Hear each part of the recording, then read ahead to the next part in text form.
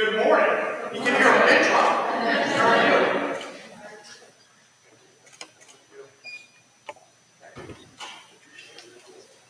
Thank you. Appreciate it. Thank you, guys. Thank you. See you. How are you? Thank you for appreciate it. I already got you, Russell. Thank you.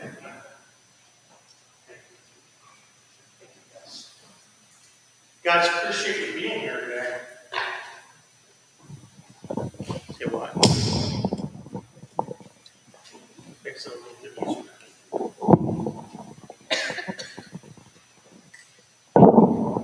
Sorry, I'm going to make things more complicated, but it's wonderful to be with you here today, and I certainly am so grateful to see some of our partners as they were working to really address the food insecurity issues we're facing here in West Virginia. I want to start out by recognizing the Guard and the amazing work that they're doing. These guys are unbelievable, and it makes a big difference for the state of West Virginia. So thank you to everyone here today and everyone who've been working around the clock.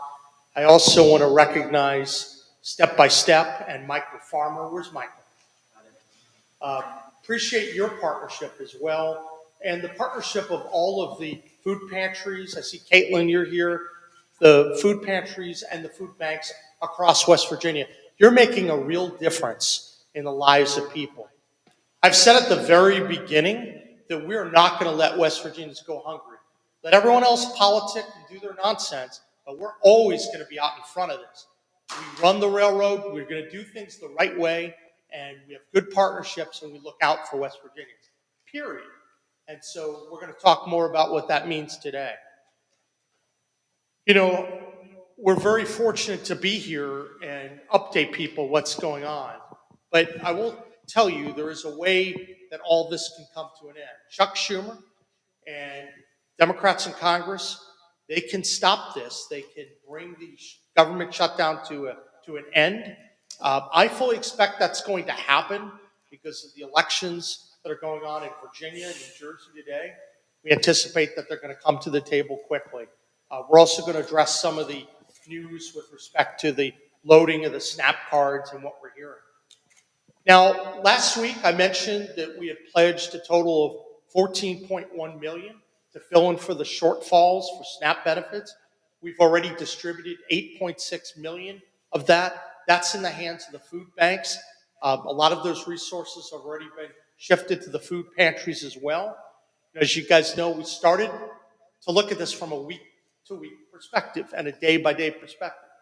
1.1 million accelerating the dollars that the legislature had put in. Another 5 million through our contingency fund distributed to the food pantries last Wednesday. And then on Friday, another 2.5 million went out the door. We've been monitoring this very, very closely and in collaboration with all the food banks and food pantries. Here's the good news. The money that we put out is covering the immediate needs of the food banks and the food pantries, and also the anticipated needs in the upcoming days. That's good news. We've asked that the food pantries spend those funds locally with producers, grocery stores, and retailers. We know that a number of West Virginia businesses are missing out on some of the regular sales through the SNAP program, and this influx should help fill the void. That also means that shelves get to stay stocked and families receive the food they need while waiting for the federal government to come back online.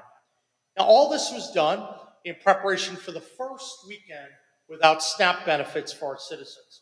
I think the work that's being done combined by the food pantries, the food banks, our churches, what they're doing, our Guard, it's making a big difference. It's direct, it's fast, and it's ensuring we're staying ahead all the time. That's what we're going to do. We're not going to let people go hungry.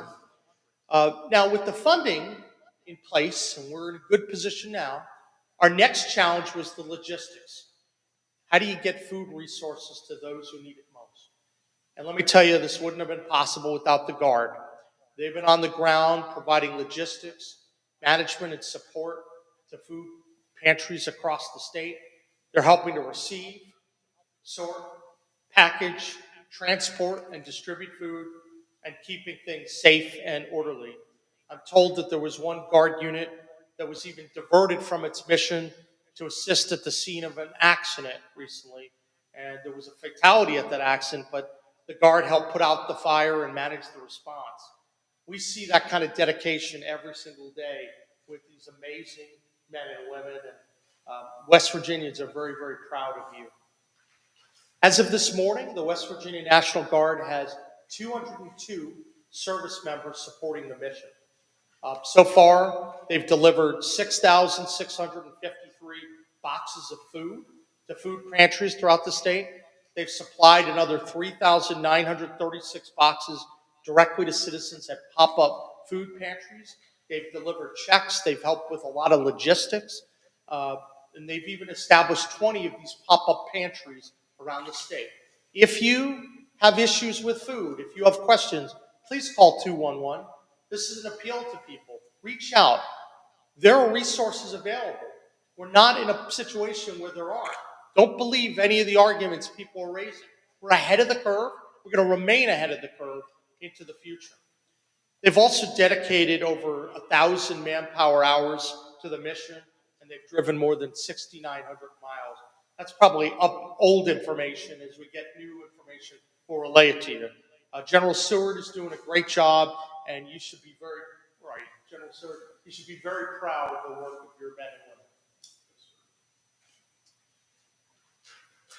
Now, we know that when we announced the resources that were available for the state, that we were going to make sure, I said I fully expect we're going to be spending that 13 million plus the 1.1. I fully expect that's still going to be the case. We know that there are estimates of it costing overall 1.5 million a day. But by putting out the 8.6 million out in front, that made a huge difference. And we're going to continue to do that. I'm going to mention in a moment some future steps to stay ahead of the curve. But we're also asking for the public support. The state is stepping up to solve problems that a dysfunctional Washington has led us to. And I think we're getting some great support. Across West Virginia, churches, civic groups, and businesses are stepping up in a lot of ways. I can report that as of this morning, we had at least $300,000 in donations combined with Facing Hunger Food Bank and Mountaineer Food Bank. We also have additional private sector contributions of in-kind. Mountaintop Beverage pledged to donate over 55,000 cartons of milk. That's a lot.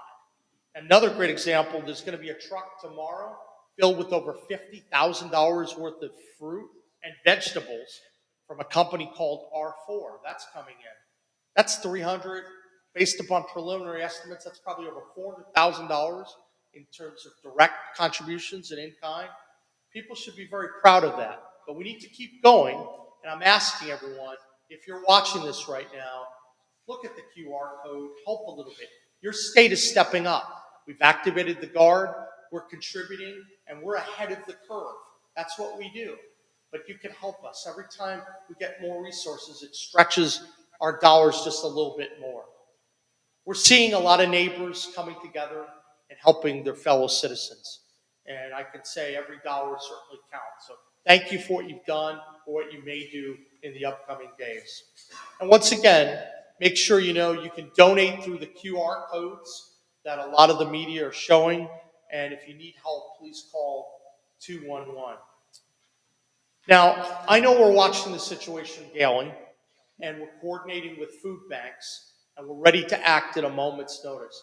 I'm getting updates every single day, and we had transferred that money, that extra $2.5 million on Friday, just to make sure we were safe for the weekend, right? We're trying to be prudent about it. And now we're evaluating, and we're getting reports that, at least from where we are now, we're not seeing the shortages. If we hear about it, we're going to run to the fire. We're going to run to the problem. We're going to make sure they have resources. We're going to make sure that they have coordination to do the right thing. I believe, though, in the next few days, we're probably going to have to activate the next $2.5 billion that we've talked about, which would get us over $10 million. I fully expect that, because while we have heard that the SNAP cards are going to be turned on relatively soon, they'll be turned on, not at the full benefit. So I'm going to continue to make sure that people have the food they need, and we're going to accelerate the monies to get ahead of it. If I determine that after the 14 million, we need more resources, I will call the legislature back into session, and I will ensure that West Virginians don't get hungry. Period, full stop. Don't let people tell you otherwise. I know there's a marketing campaign on the other side saying that, but it's important for people to know the facts that are on the ground. That's what we're dealing with. So we're going to evaluate today and tomorrow, and probably come back on Thursday to decide, is that the day we transfer? But I fully expect sometime before the end of the week, there'll be another transfer of $2.5 million. If we get information that requires more, we'll step up and we'll do more. And then once we get to that 14 million, if we need to call the legislature, we will.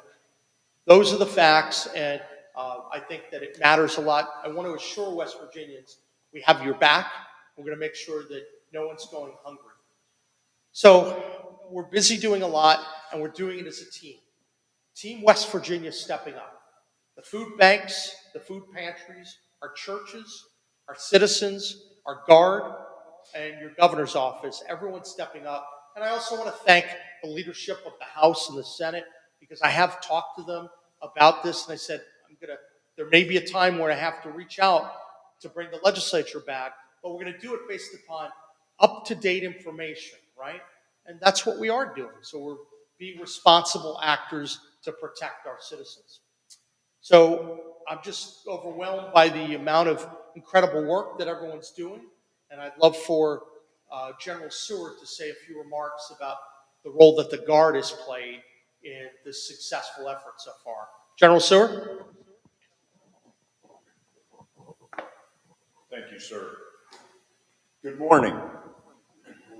As I said last week, the Guard is always ready and always there. A week ago, we started calling our service members to activate some of them to come on to this mission. Not a single employer across West Virginia objected. Every Guard member that we requested was able to leave their normal place of employment and come serve West Virginians. That says a lot about the commitment to West Virginia businesses, or on behalf of West Virginia businesses. And I want to thank them today, as well as the amazing men and women of the West Virginia National Guard. They didn't just show up. They all showed up knowing what the mission was.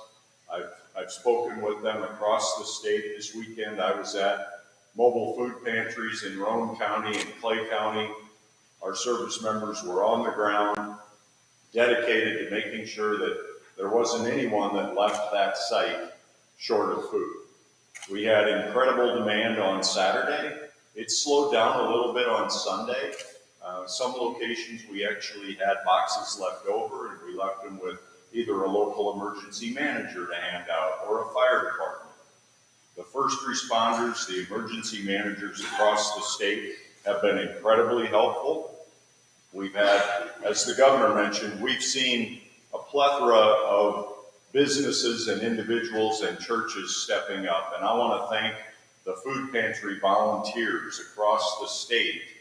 Yesterday, we were electronically visiting with 650 food pantries, received a tremendous amount of positive information from them. Each day there are just a few food pantries reporting that they need more food, and they're reporting that through the food banks. They're then requesting our assistance, and we're delivering food across the state. We have a great deal of food in our warehouse staged and ready to go in reserve. So from the food banks, and again, we're working with them. If we get a call from them, we then dispatch that, or we dispatch food immediately from one of the food banks. As of today, we're planning for pop-up pantries this weekend to make sure that if there's a gap in coverage somewhere, that the Guard is there.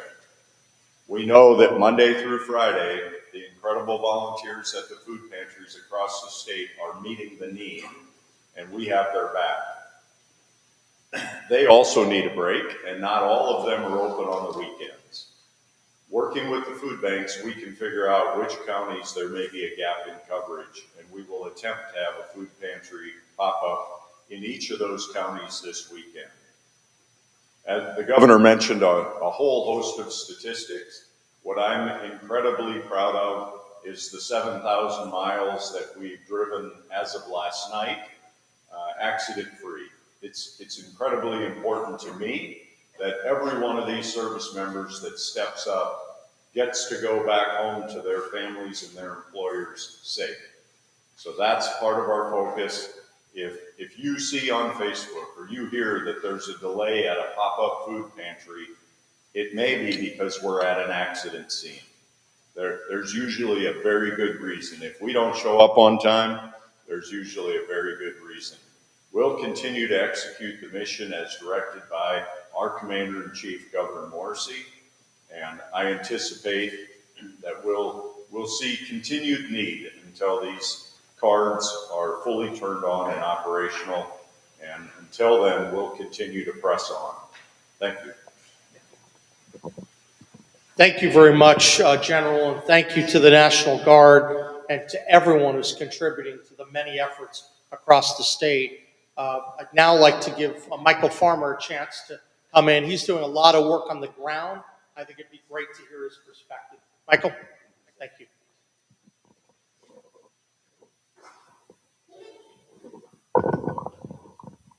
Good morning, everybody.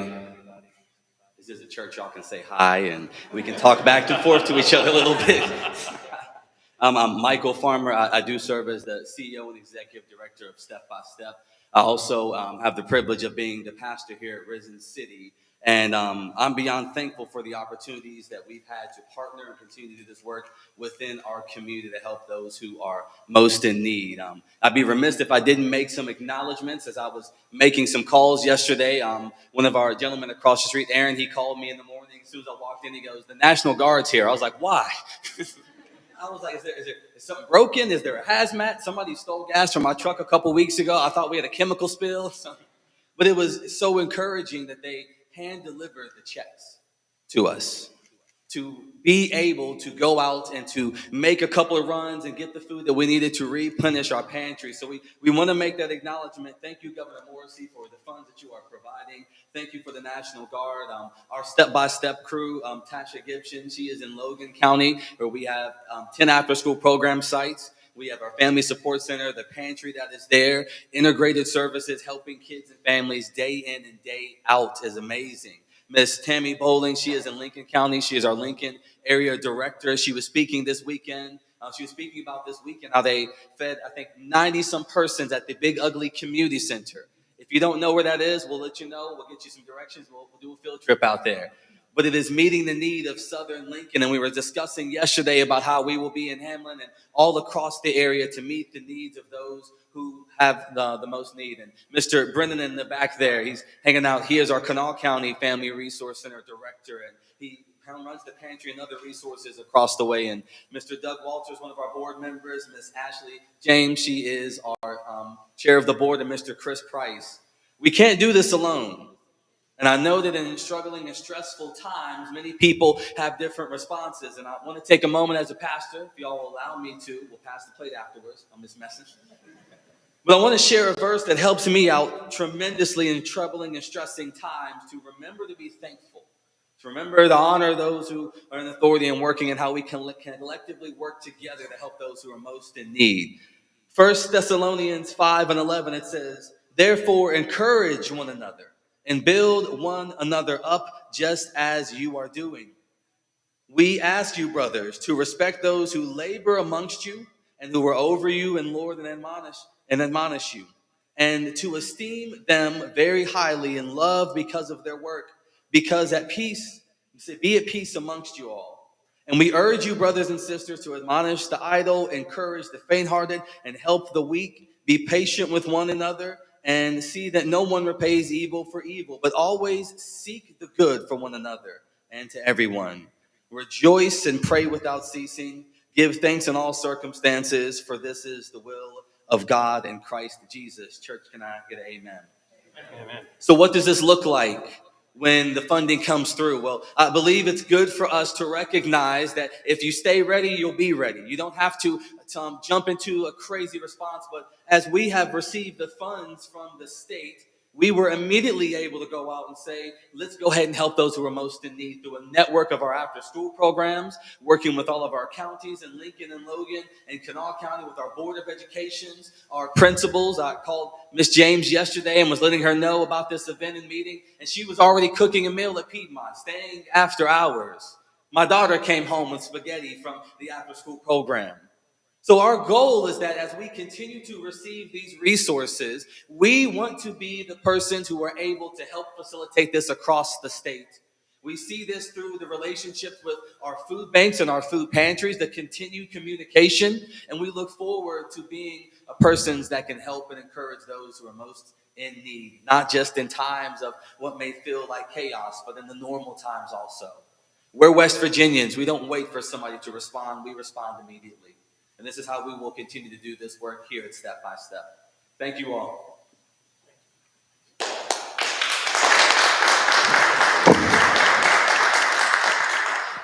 Well, I appreciate that. Thank you very much, Michael, and thanks for allowing us to come here today and to show this wonderful effort of West Virginians coming together. I now want to just be able to say that we're at the place in the event where I'm happy to take any questions from the media. Obviously, we'd like to focus on food-related issues, but feel free to ask any questions. Stephen or Amelia? Well, yeah, Governor.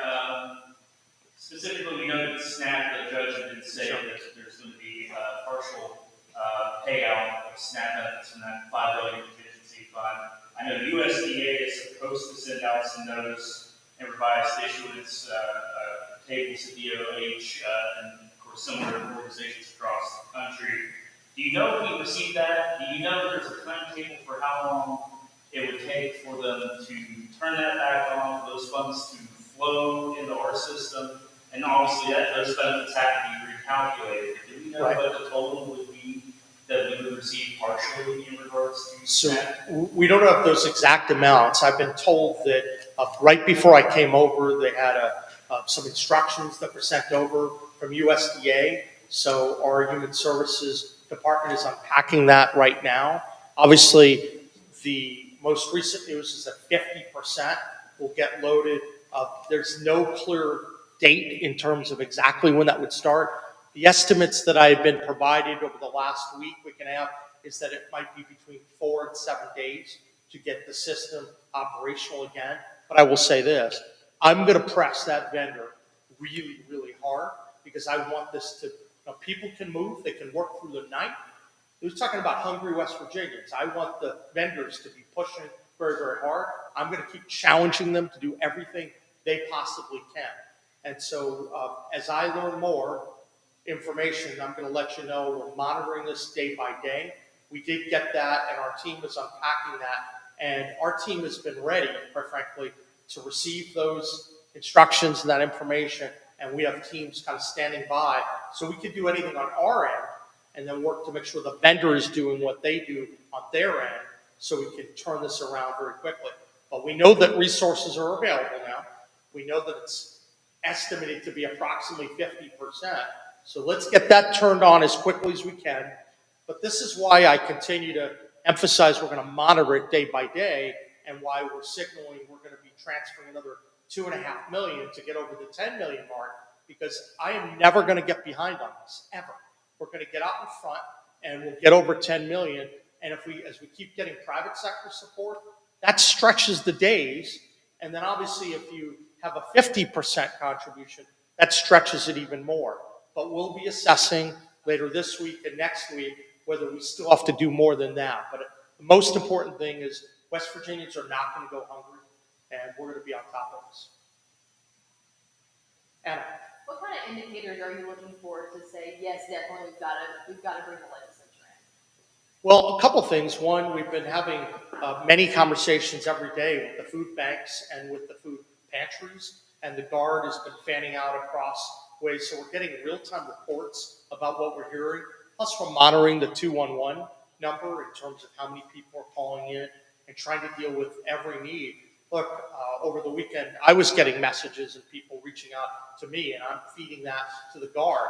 There are people that are in need. We're going to get on top of that. So a lot of it is working, assessing, talking with the community. That's why we have over 200 people in the Guard that are very involved to facilitate the logistics. So I think between the Guard, the community, the churches, the food pantries, the food banks, and the public at large, I think we have a good system in place. And as we hear things, we're going to act, and we're going to make sure we're helping fellow West Virginians. And where are you from? What media? Duncan Slade, Duncan State Spotlight. The general talked about the incredible demand and just all of the things that you all are doing. Do you believe that this course of action is sustainable in the long run? No, the government needs to open up, right? I mean, there's a swift way to put an end to the shutdown. And so what we're doing is the state stepping in to solve, a Washington dysfunction, right? So we're doing that, and West Virginians are stepping up. But I think we all want the shutdown to come to an end. But we are going to make sure that we're doing our part. But I've always said that you can't have the state take over all these big federal programs. It's just not sustainable long term.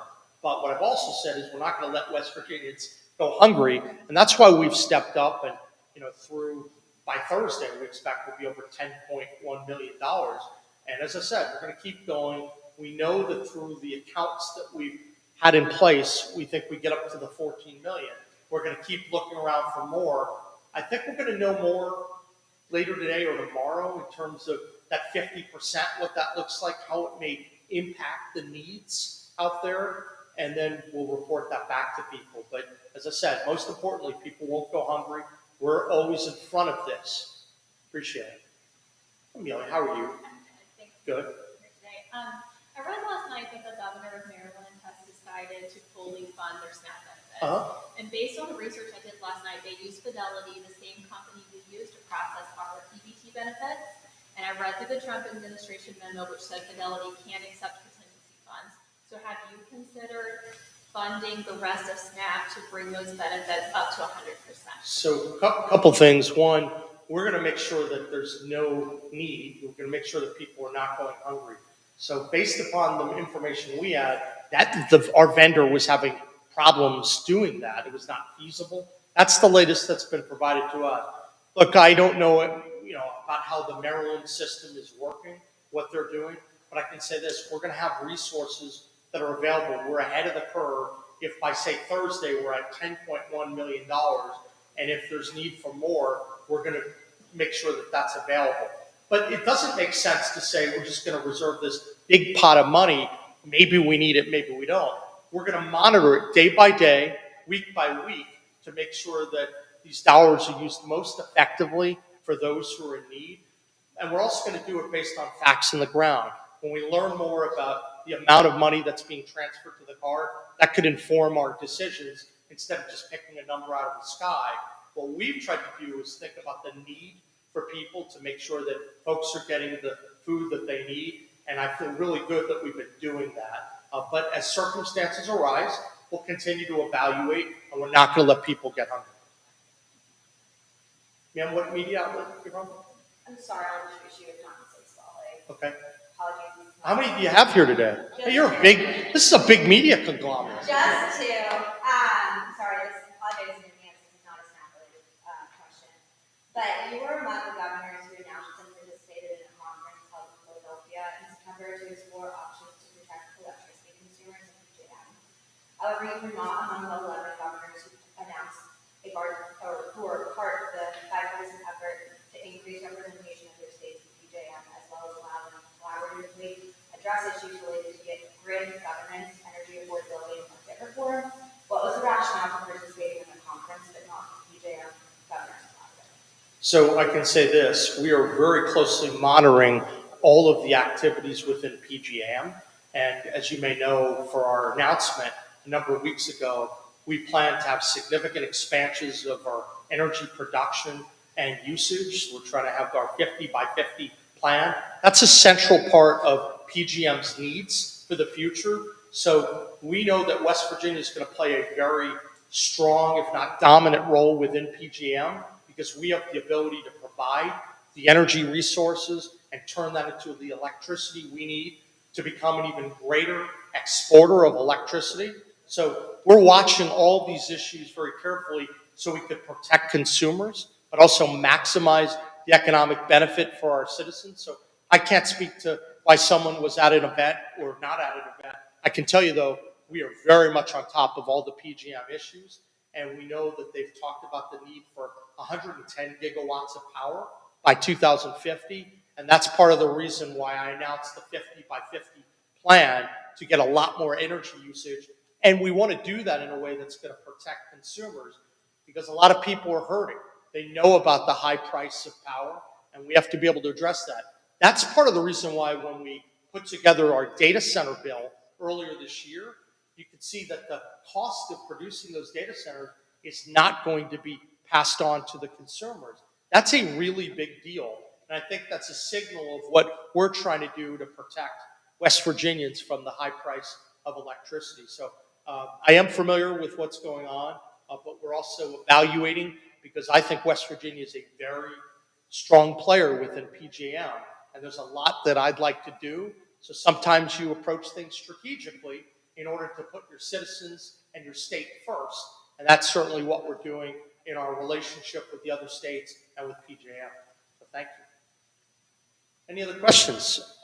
Yes, so after these evaluations in 1 or 2 days, it just turns out the 14 million is not enough. How quickly could we see lawmakers get called back to the Capitol for a special session? And do you anticipate this sole focus being on food systems, or do you think other issues could come up? So I will say that I have talked to the leadership of the House and of the Senate, and I think that their comments have been very positive, that they could move very quickly. I told them that we would not be afraid to call them if we need to. So I think that we could call them back and get them here within a couple of days if we need to. But at the same time, I want to do it and know that if we're fronting the money the way we are now and we're ahead of the curve in the need, then there's no reason. You don't want to waste taxpayer money by calling people if you have the resources. So we're going to keep evaluating. We'll know more tomorrow. We'll know more Thursday. And then obviously when we get to weekends, that's important to always front things through weekends. So because the banks aren't open on weekends to transfer resources, right? So we'll have additional information probably to share Wednesday, Thursday, maybe later in the week. But I know that we've received positive feedback on having a positive response if we call them in. Now, we've only talked about the SNAP-related issues, so I think that's the focus right now. But if other issues come up, I'm sure that that's a possibility. Amelia? This might be a bit in the weeds, so if you can't answer it now, it's okay. But I just want to know, would PAC be involved in communicating with Fidelity about this change and like the SNAP structure for the 50%? Because our PAC system that we use to enroll people in the SNAP has had a lot of issues in the past. So I'm just wondering, like in your meeting, it seems like you just talked to DOHS, are they feeling confident that our technology can handle this new math equation they have to do to get these benefits out? Well, so I can't speak to the 50% piece and how that would go because we just got the memo this morning. So I will say I think I ran into Stephen on the way, and from the time I ran into Stephen, I came out the door, there was a memo, right? So our human services unpacking that. So I will say this, our folks are working really hard to make sure that we do everything that we control on our end to move things fast. So I think that to the extent that there's the capacity, we'll do it. I can't speak to any issues that may arise within PATH or other programs, but I know that I've asked my team to be on top of this to make sure that not only the traditional methods of communication, but others are put out there so that people know when things are happening, when the card may be loaded, what the situation is about the delay. That's important. So communication is really important. That's why I'm coming before you to hopefully get more of this information also communicated to the public and still ask and emphasize the need for donations because we're going to the point where people may assume that everything's ready, but there's a delay, and we don't want people to be hungry because there's some delay in the money. So we're happy to follow up with you on some additional details. If you have questions, you can let our team know. But I feel good that our team is on top of this. Where are you from? What's your name? Aaron Parker, I'm with Metro News in Charlotte. Hey, Aaron. Nice to see you. You I guys, love to see Metro News joining us. Thank you. you talked about being in contact with 211 officials. Do you have any kind of estimate on how many residents have been using 211 over the last few days, and what does that process look like from your office? Yeah, so I know through the weekend we were at about 600 calls. I don't know, General, if you have any update from yesterday? We didn't get an update yesterday, Governor, but I was told that the 300 or 300 to 400 a day, Saturday and Sunday, continued yesterday. Okay. I didn't get a specific number. So there you go. I think that's consistent. So we want to make sure people avail themselves of it. My sense is that people don't always know that they have these tools available. That's why I'm always grateful that you're willing to get that information out, because an informed citizenry obviously takes advantage of the resources available. So appreciate you asking that question. Any other questions from the media? Well, I want to say thank you.